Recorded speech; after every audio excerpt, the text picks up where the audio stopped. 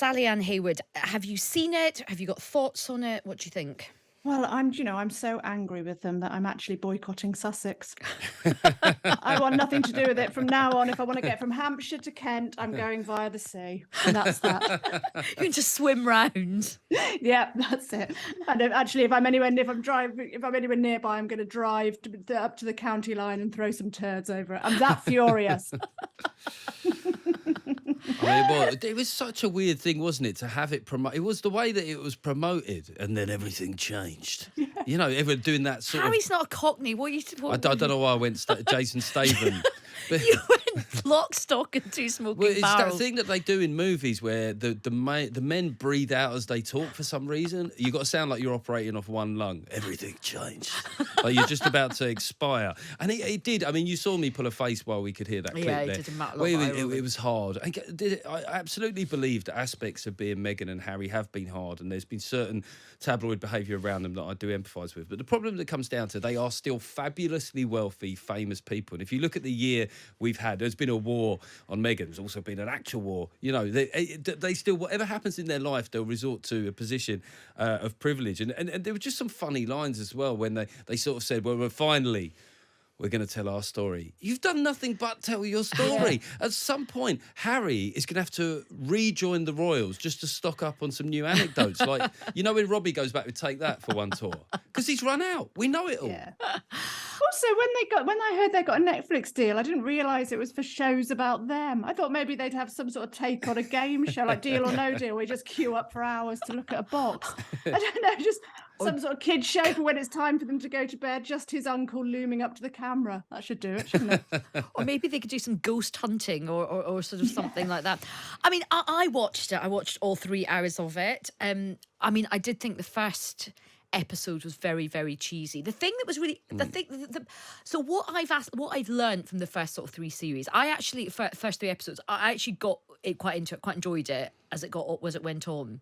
But there's no kind of big revelation. I feel like they've done all their big revelations. Maybe there'll be some bombshell coming up in the second.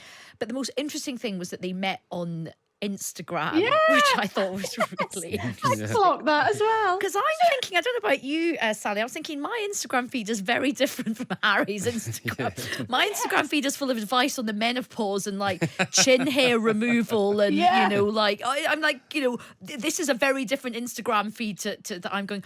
Also, didn't you find, and I'm not saying this to be unsisterly because I'm quite a big Meghan supporter, but I did get a bit annoyed at this when she was like, I was never the pretty one. I was like always you're like, oh God, don't be one of those girls. And then she's like, I was single for like, oh my God, like 5 minutes. And I wanted to be single for the summer, and then came H. And I'm thinking, is that the one from Steps? No, H. H is in Harry. H is in I felt like that was a bit cloying. Yeah, I mean, the first episode was so aggravatingly nauseous.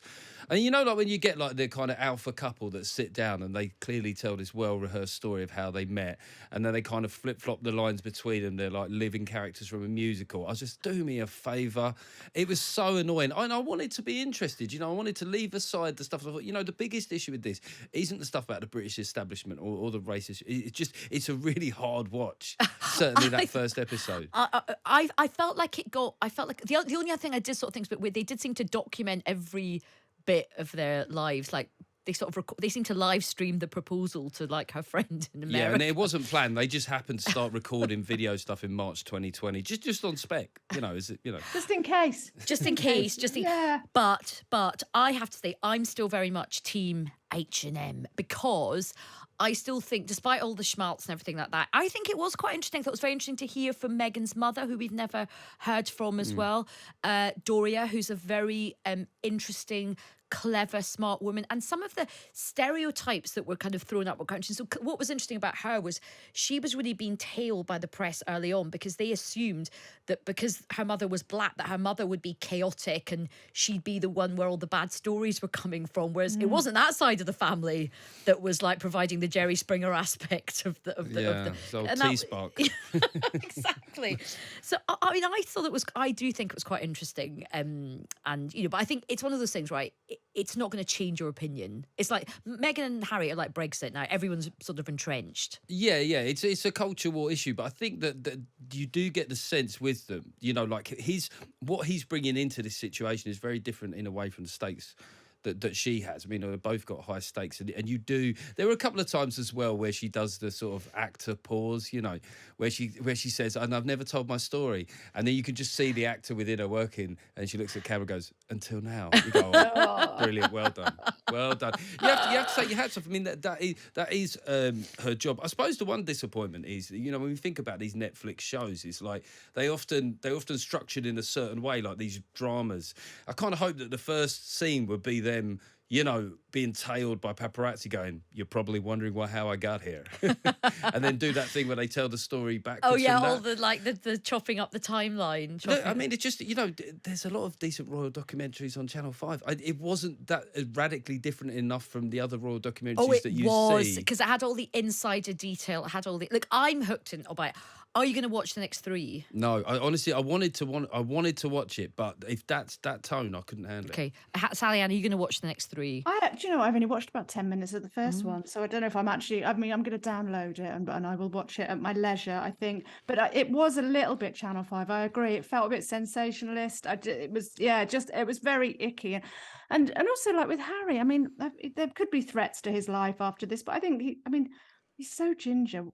Living in California must have put him in daily danger. Listen, every time the sun He's comes going to have to go out out. in a hazmat suit, let's be completely honest.